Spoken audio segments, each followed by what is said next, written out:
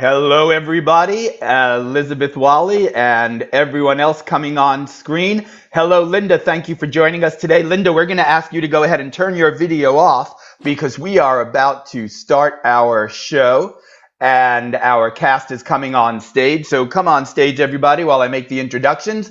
My name is Ken Adams, and this is Synergy Theater, and this is our Advanced Improvising Shakespeare students. Everybody give the audience a great big wave, won't you? So here's what's been going on for the past, holy moly, for the past 18 weeks. Largely, this group of people has been working together at Synergy Theater's online School of Improvisation, and we've been learning to improvise in the style of William Shakespeare. And today we are going to present our student showcase, which is going to be a 45-minute show, maybe a bit longer, who knows? A 45-minute play completely improvised in the style of William Shakespeare. So we couldn't be more excited, and we're going to get right to it. I'm going to ask all of the players to kindly turn off their videos. I am going to offer a title for this play, a brand new title for a Shakespeare play.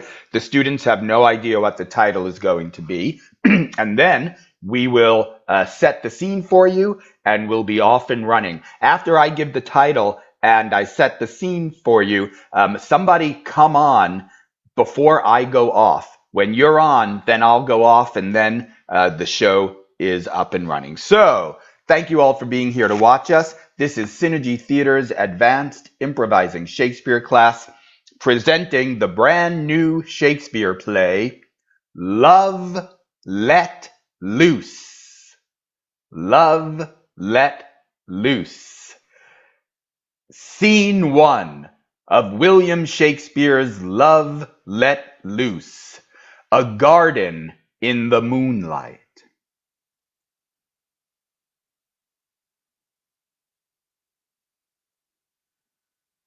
My lady, thou art beautiful this evening, more beautiful than the evening rose.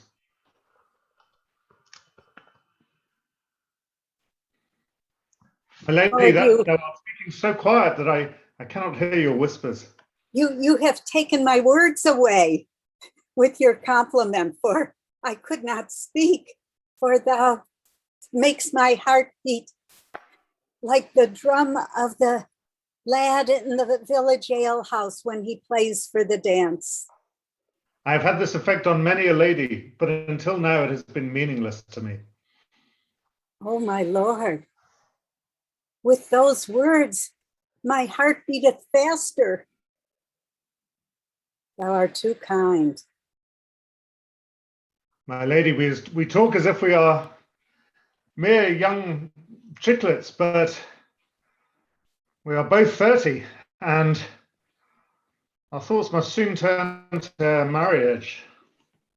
I know, my lord. My father is very, dare I say, disgusted with me, for I am not married, and know not when I will be. My father, Lord Bewley, has said the same to me. He has pressured me to produce an heir to his great estates, but what can we do, you and I? We seem to have the same problem, and yet there seems to be no answer. Oh, Lord Alfred, I am sure that somehow there will be an answer. No, I lieth to myself and I lieth to you. I have no assurance that there will be an answer. I want marriage more than anything, but to find someone my father doth approve of, Lord Alfred, I am afraid that will never happen. Your father treats me most unfair. I have a respectable estate, not, of course, as grand as yours, but nevertheless still of some base merit. Aye, thy estate has the advantages of many horses and of being very solid. It is true, there is more riches here, but riches are within the person, I believe, Lord Alfred, and that thou hast many. Kindness. Your estate has produced many great riches, but none of them as great as you yourself, my lady. Oh, Lord Alfred, I am humbled by thy words, and I respect thee for the kindness and generosity and truthfulness that thou hast shown. Would that I could meet your father, but he has said that he would drop me from ear to ear were I to be so much as in the same neighborhood as him. I know. He allowed us when we were young to play, and now all that fun is gone, and we meet here in the garden, and I believe no one can see us. He remembers me as but a lad, and perhaps that's how he thinks of me now. But I'm a competent swordsman. I keep a fine head of cattle and 20 horses, and yet he would never so much as acknowledge that I even existed. I'm the dirt beneath his feet. Oh, Lord Alfred, thou speakest truth, for my father has a way of treating people that is not the way that thou dost, for thou hast that kindness about thee. And my father is harsh. My lady Unrelenting. Eleanor, the apple has fallen far from the tree. Thou art nothing like thy father. Oh, Lord Alfred, thou art kind. Scene 2, the Great Hall. Jasmine! Jasmine! Lord, My good daughter! As my name is Lord Canon, I cannot understand why your sister shall not find a goodly man. Father, my sister, who be 15 years older than I, be looking for husband for half her own life, and she be not weddable, I fear to say, Father. Oh, and I do know, Jasmine, that a man should find you most attractive, and your sister of 15 years hence, she shall not find a man, and she shall not find the head upon her shoulders, for it be weakly attached at the best. Father, forget my sister Evelyn for just a moment, for I have something to ask of you. Oh, ask away, as all you shall do, take and take. There be a most handsome lord, his name be Lord Alfred, of the Bewley house. I know I of him know, well. I know that you have not thought of him well, but I must tell you that I did see him just the other day with many cattle, wielding his sword about his head like a wild man, and I suddenly fell in love with him. Father, I ask of you, please, may I wed Lord Alfred, were I to ask him to marry me? Thou knowest the law of the land, that thou shalt not wed before thy oldest sister. Oh, Thou shalt look at this wild lad who I did see when he was young, and I thought nothing of him, as I do now, and thou shalt rip him from your mind as you would paper from a wall, as redecorating your future life with better accord. I suppose this shall go down just as all other things with my sister Evelyn shall go down, that she shall get all that she wishes, and I shall get everything that is second of hers. I do not know where you have this bad attitude from. Perhaps it is from our mother that I did inherit this attitude, for she did wish to marry you, Father, when her own father did not wish her to do such a thing.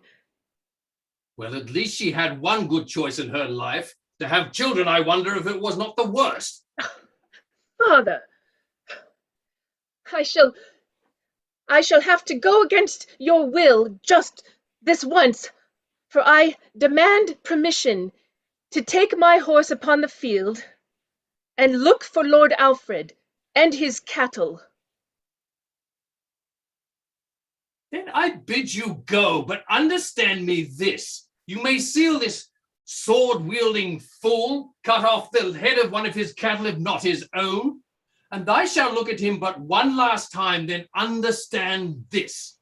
Thou shalt not marry on pain of death before your sister marries or passes her final breath.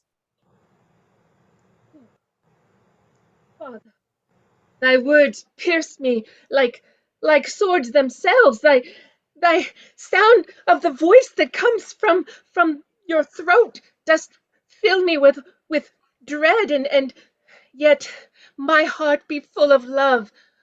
I must follow it, and go I now to the field. I find my best mare, and look upon the field, for Lord Alfred shall be there. Adieu, father. Adieu. Luck out. Ho, ho, ho, ho, ho. It is I, Rose Petal, the fairy nymph. And it be you, sweet buttercup. Oh, I'm so happy to be here. See the mortals talking about their love? The mortals always talk about love, love, love, Love. love, love, love. I have but an idea that we should spring upon them. Hence, Oh, gentlemen, they your call ideas are as awesome as the birds flying in the sky. They're awesome. They're light and they're lovely. Tell me more about how brilliant my ideas are, Buttercup. Oh, your ideas are like volcanoes. They will erupt and they will bring disaster. Indeed, Buttercup, I have but an amazing idea. Hence, did thou see Lord Alfred?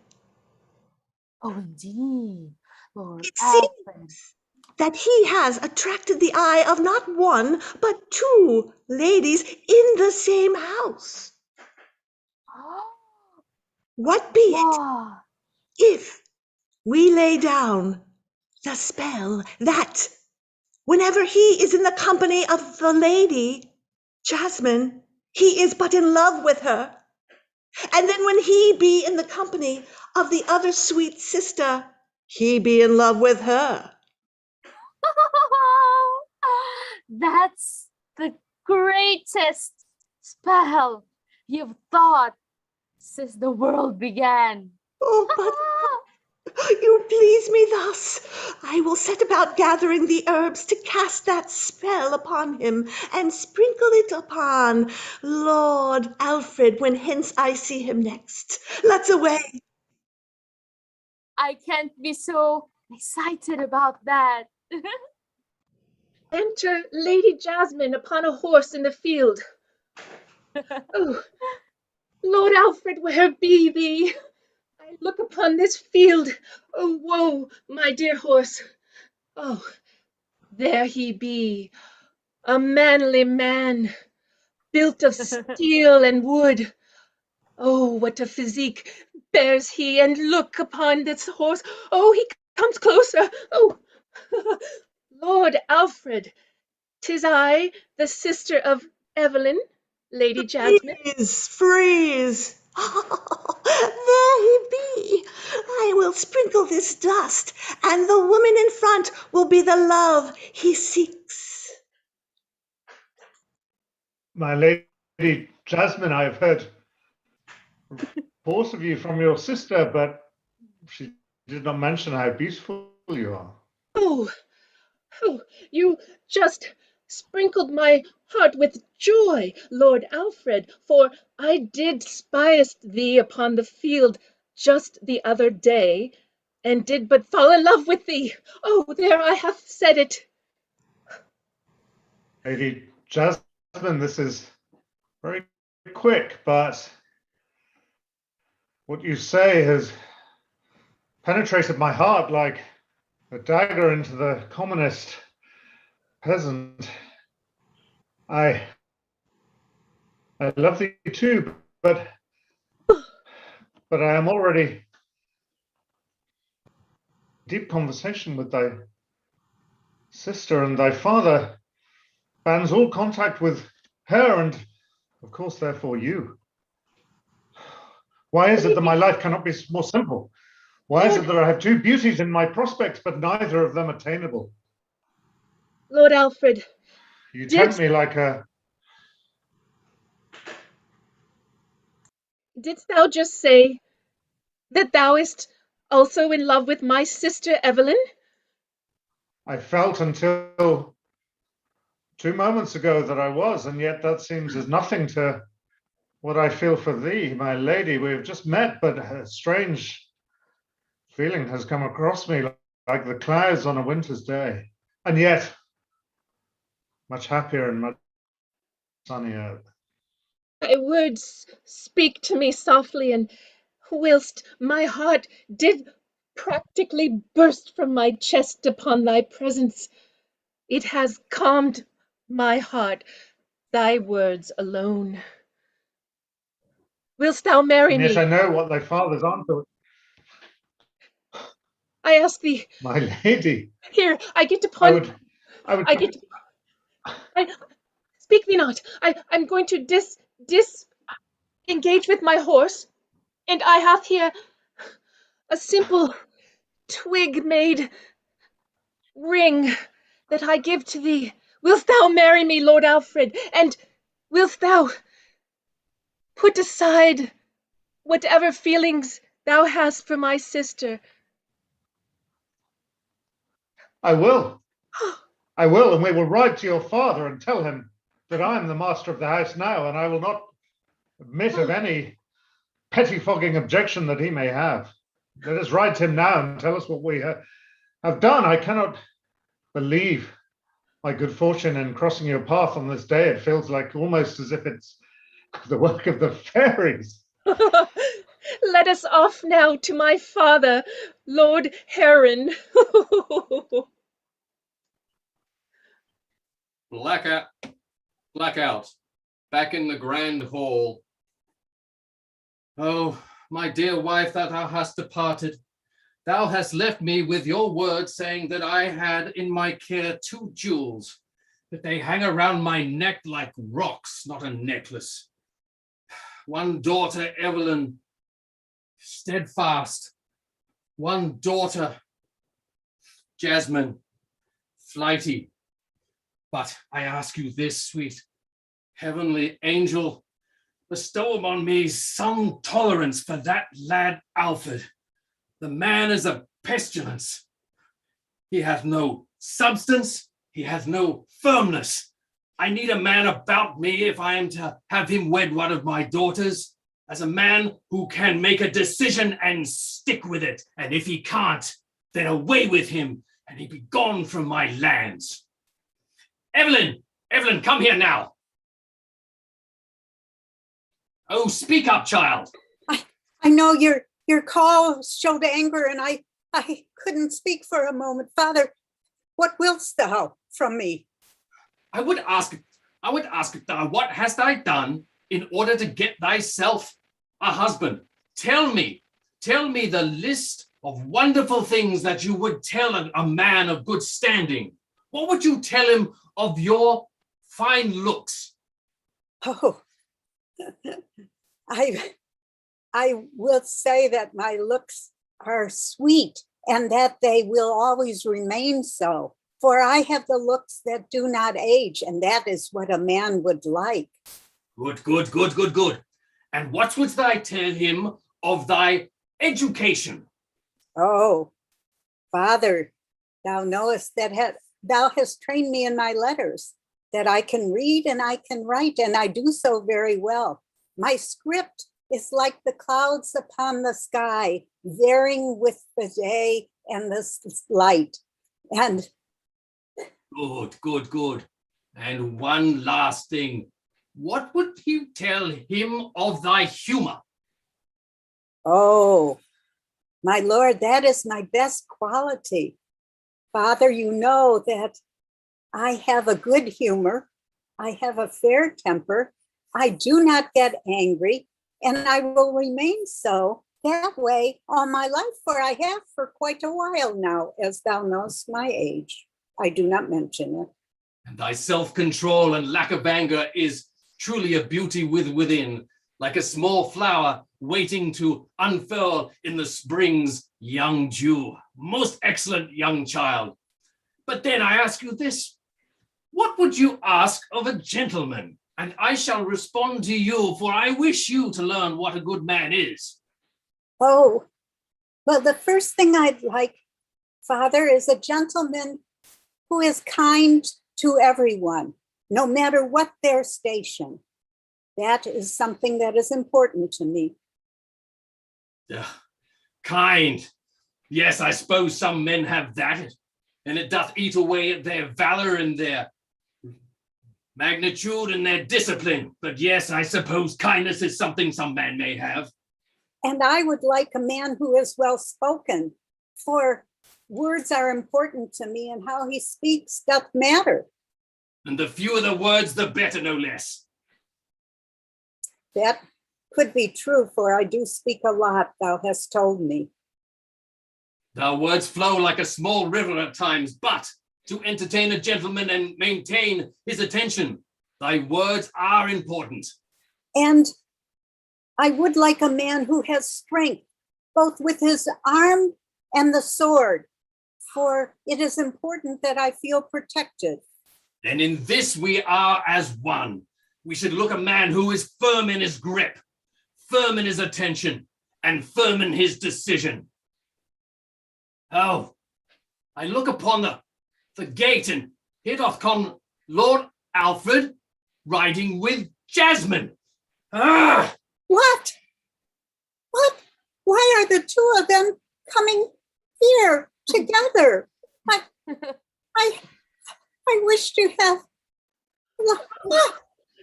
Oh, sister, I wish for you to meet my fiancé, What? Lord Alfred. What? My lord, forgive me for your presence, and I wish you no harm. But equally, I say that I do come armed in case of an unfortunate argument. Oh, my lady Evelyn, my great lady Evelyn, thou art more beautiful than I remember thee.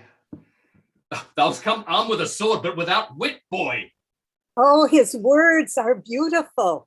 He is a man who speaketh well. Hey, My lady Jasmine, this is truly an embarrassment of riches. Thou art as beautiful as any lady I've ever seen, as are you, Lady Evelyn. thou wilt. My Lord Canon, forgive my manners. I can only say that you have brought up two great daughters who do you great credit, my lord.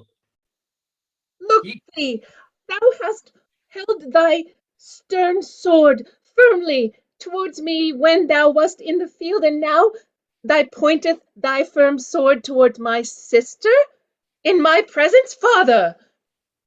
My lady, speak not so quickly. I always have done, even before I met you.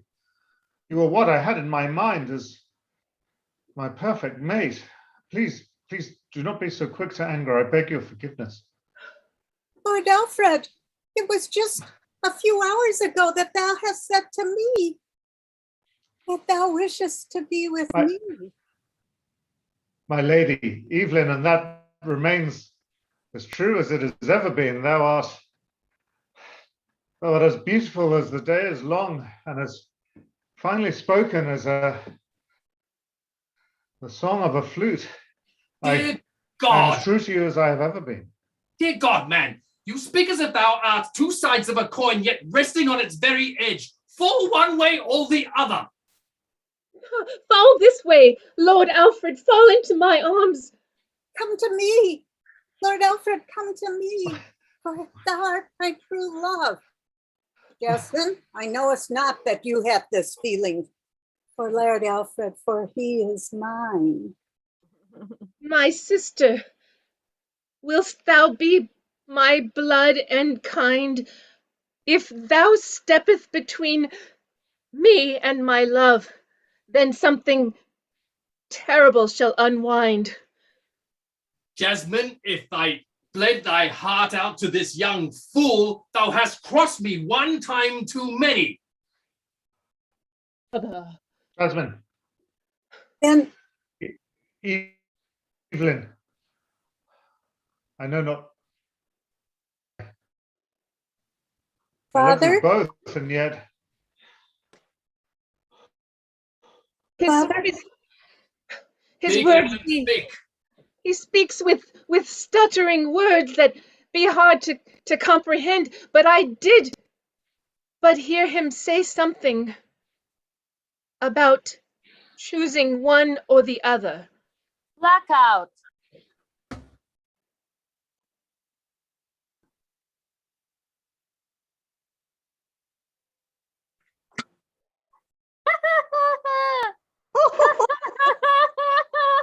Oh, it is better than I dreamt it would be. I love Exactly. thou. Thou art as beautiful. No, Evelyn, thou art as beautiful. They said blood is thicker than water, but now I can say our sprinklers are thicker than blood.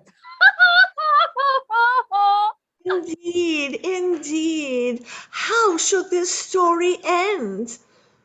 How should we do? Move forward the needle.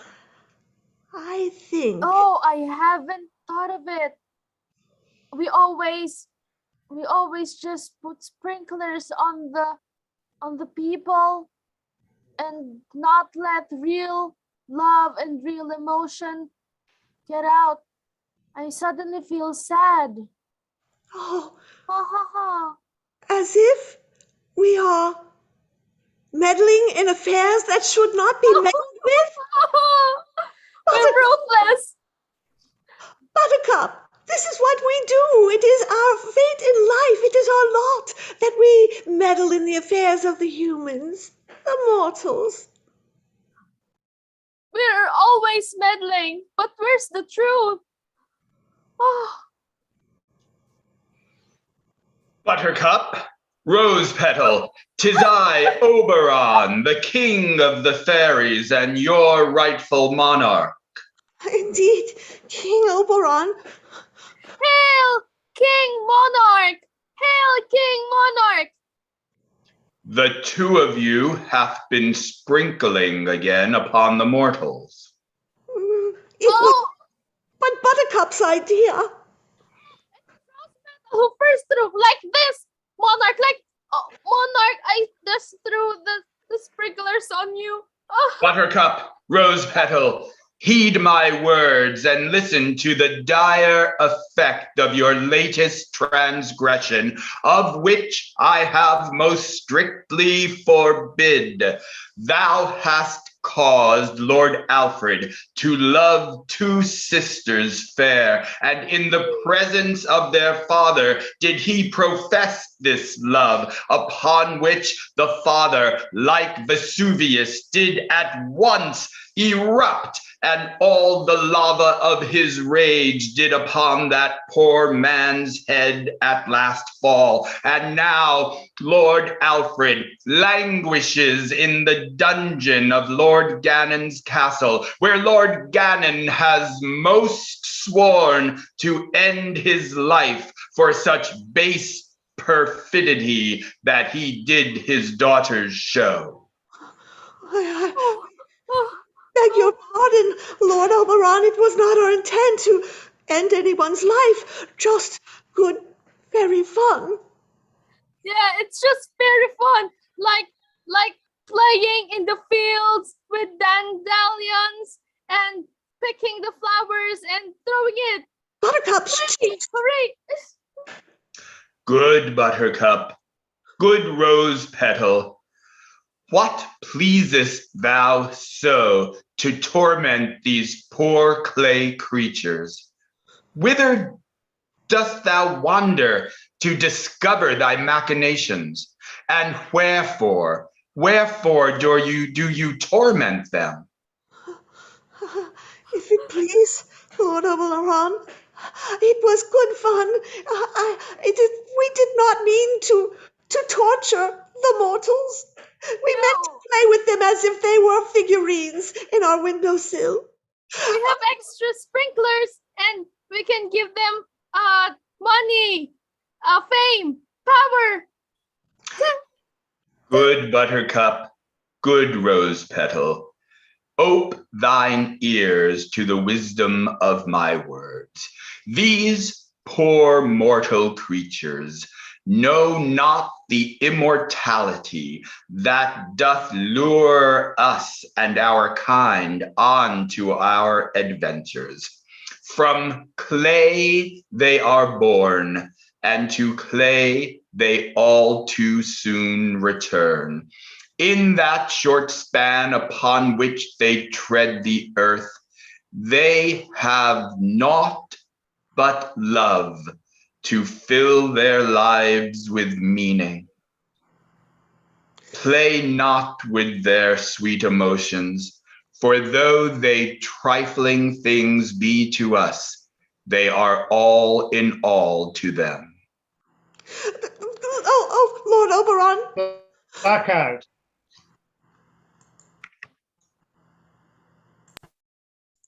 Lord Cannon's dungeon. I sit alone.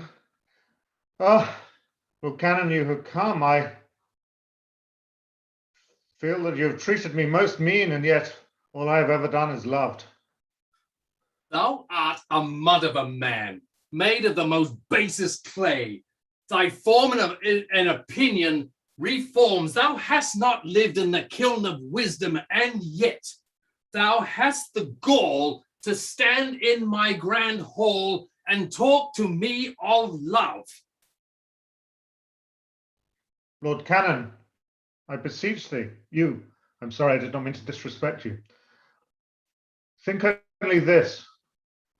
Your late wife and yourself have brought up two beautiful daughters.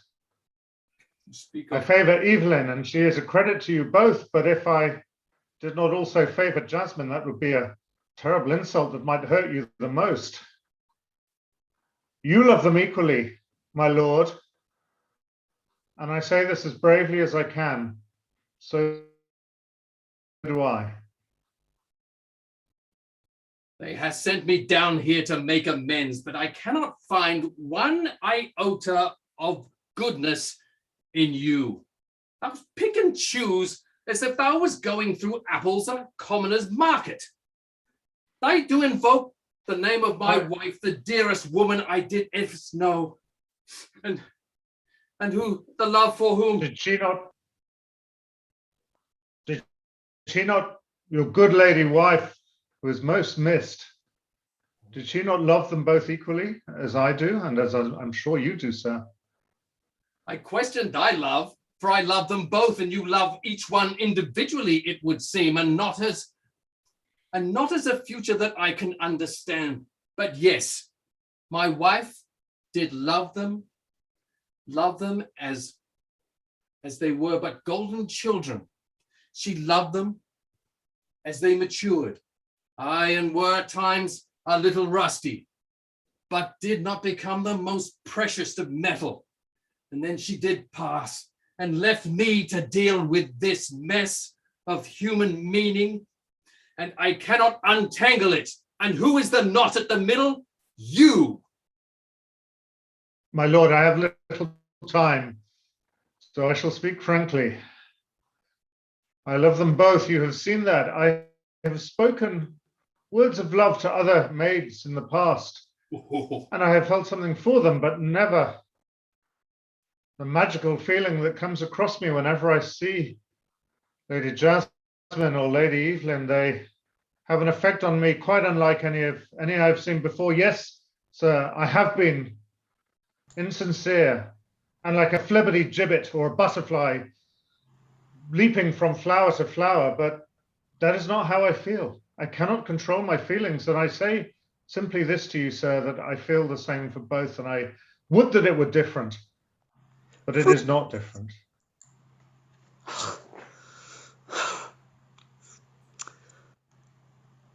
In the name of Lord Oberon, I take away the spell of loving the two ladies. Henceforth, Lord Alfred, thou shalt love but one. In the name of the sprinklers, we will give Lord Cannon a light heart so that his love for his wife will always be there, but he will be open to joy and happiness that was not there for since his wife was gone. Let's go, my dear Rose Petal. Let's away. My lord, I beg of you, if you could just give me just one last chance to meet your daughters. I feel in my heart that somehow I will make a better decision than I have made until this time. I beg for your forgiveness. I have behaved wrongly, but I say only this, that my heart is full of true love of a sort that I've never felt before.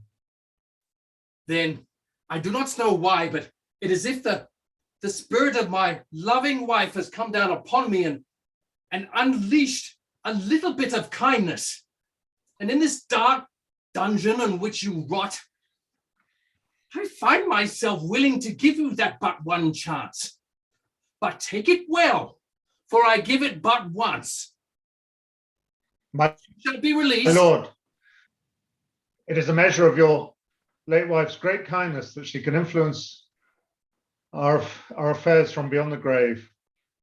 That is what true love means. Blackout. And I can only hope that I could compare to it. In Lady Evelyn's bedroom with Jasmine. Evelyn, don't Jasmine. look upon me with such dire spirit behind thy eyes, for love be something that I cannot control. Nor can I. Nor can I control the hate that I feel at this moment towards you, for you have stolen what was mine. Oh, dear. Lord Alfred was mine.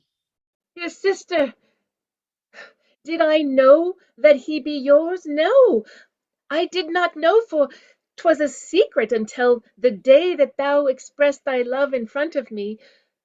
Would I have stolen that thou loves otherwise? Well, you did steal the doll that Nurse Blander made for me when we were little. And you stole the fan that Mother gave when she came back from Spain. And you stole the blue dress that I wore when I was 9. Well then, if all of this is known to thee, I shall tell thee a secret, that I did also steal thy locket as well. I shall return it to thee, for I know that Lord Alfred shall choose me, and this locket shall bring you comfort in your cold night alone. You stole my locket? 'Twas so pretty, sitting upon your desk in the glittering light. I could not but steal it, for it was just one other thing that thou hadst that shineth brighter than anything that I have. Thou hast youth, and I must marry first. So therefore, I will marry Lord Alfred, and thou shalt suffer the worst. Pardon, ladies, do forgive your humble servant's intrusion. Thy goodly father hath requested thy attendance in the dungeon upon him and Lord Alfred. Oh, certainly he calleth for me alone. Yes? Nay, my lady, he doth summon the both of you. He must wish to break thy heart gently, my sister. We shall go now. He does not have you there for my comfort. It is me that he wishes to bring joy. Blackout. Next scene in the dungeon. Clean thyself up, Alfred, for my daughters attend you. I be here first, for I am the first child. I be here second, shining more brightly, certainly, for I did also but steal these earrings of yours, my sister. My ladies, forgive my appalling appearance. Thy father has administered a good-natured beating to me, for which I thank him. Father, Lord Alfred, thou lookest wondrous in my eyes, whether thy face be bruised or plain, clean shaven or bearded. Every look that you give me melts my heart. It is sometimes said that a man who has been through great hardship is more attractive than a mere young flibbertigibbet who broadcasts his affections to the wide fields. I have been tested, my lady. And he I have has been but tested, and I am a better man as a result. and he has but one test left. To pick which maiden he shall marry, and I shall give him but one chance, lest I slam that door and be done with him. So I shall leave you to make your choice. Lord Alfred, thy face be sprinkled with blood, and thy features be slightly disfigured, and not as chiseled as before. Yet I am certain that thou seest in me thy own true partner. Thy father is a man of robust opinions, but I choose to wear this badge still as a sign of his great affection for you both. He Lord loves thee. He loves thee both. He is willing to beat a man to show his love, and thou must remember that in your hearts. Lord Alfred, thou deserveth credit, for thou did not flee when thou was beaten. Thou couldst, I'm sure, have given coin to the Elsman that served with our father and gotten away, but thou hast stayed here. I could never leave the place where you both are. Know this also. Thy mother loves thee both deeply as any woman has ever loved a child. If nothing else comes out of today, and my wounds should finally take me from this earth, remember that you are loved by both father and mother. That is wondrous, and I believe it. I believe that father and mother love both of us, Jasmine. And now When thou hadst the most time with our dear mother, for she did die upon birthing me, for thou didst knowest well that she loved thee. Thou sayest our mother did but love me, even though she not know me one day. for she has spoken of you before you could speak. And when you were a baby, she told of your great qualities that could have been. And they have been so, for thou hast been willful and whimsical and wondrous, as she has said. And so it is certain that you will find someone to love you the way. Dear sister, my heart is so full right now, and all of these years I did try to shine but more brightly than thee, for thou beest the most beauteous of us, and always the wisest as well. I did but steal everything of yours to make my own self shine brighter. Now that I know that our dear mother did love me as well, I do but see the errors of my way. Oh, dear sister, wilt thou forgive me for taking what thou lovest so dearly? Perhaps thou hast not taken it, for Lord Alfred has not made his choice. My Lady Jasmine, thou art as beautiful as ever, and I have loved thee. But that love now is as the love one would have for a sister or a dear friend. I wish thee all the best, and I shall travel the land to find thee an appropriate spouse. But my Lady Evelyn, of course, my love for you remains as strong as it ever was, and I beg thee to take me as thy husband. Oh, Lord Alfred, I will. And Jasmine, I can forgive thee easily. And I will work with Lord Alfred, for we will find you a suitor that suits you as we have found each other. Let us go to Lord Cannon. Let us tell him the good news and let us celebrate.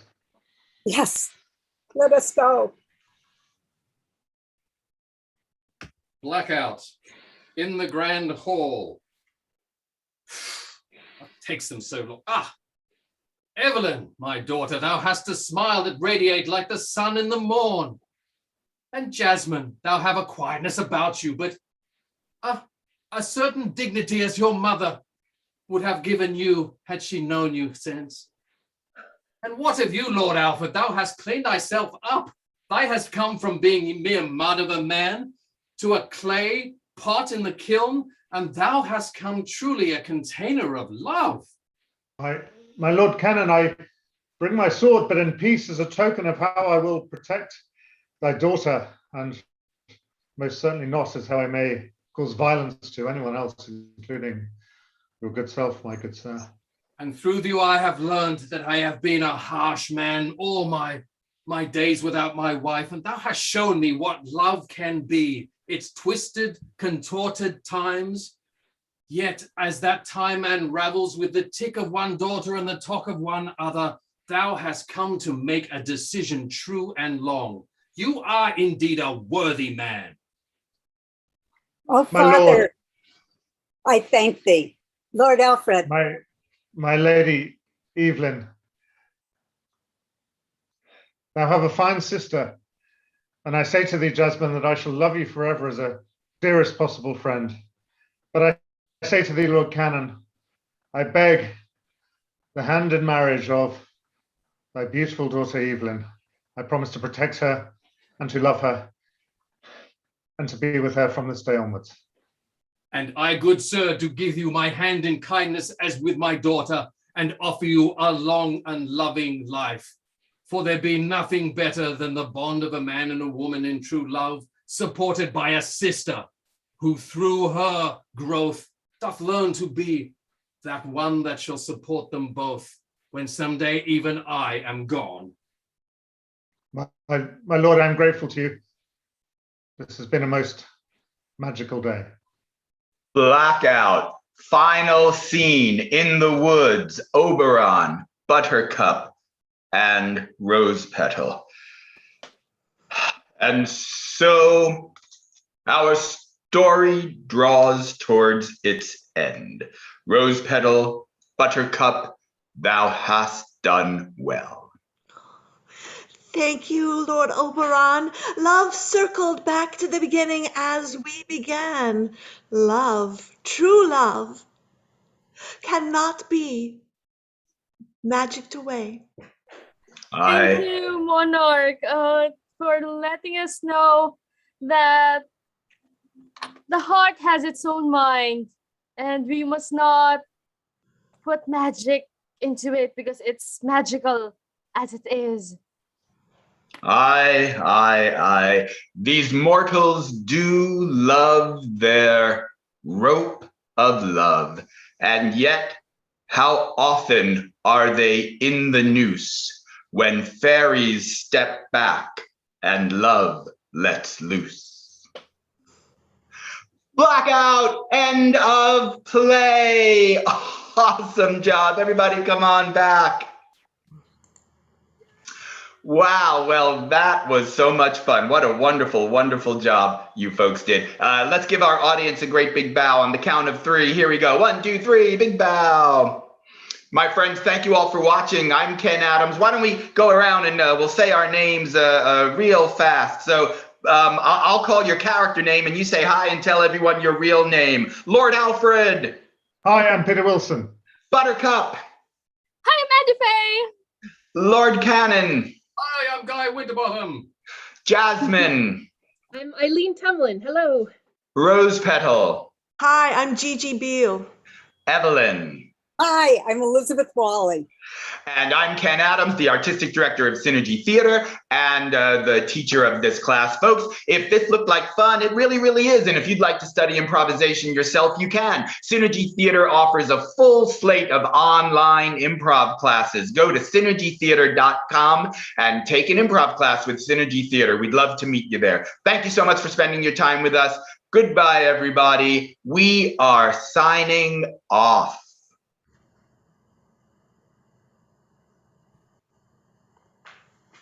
Yeah.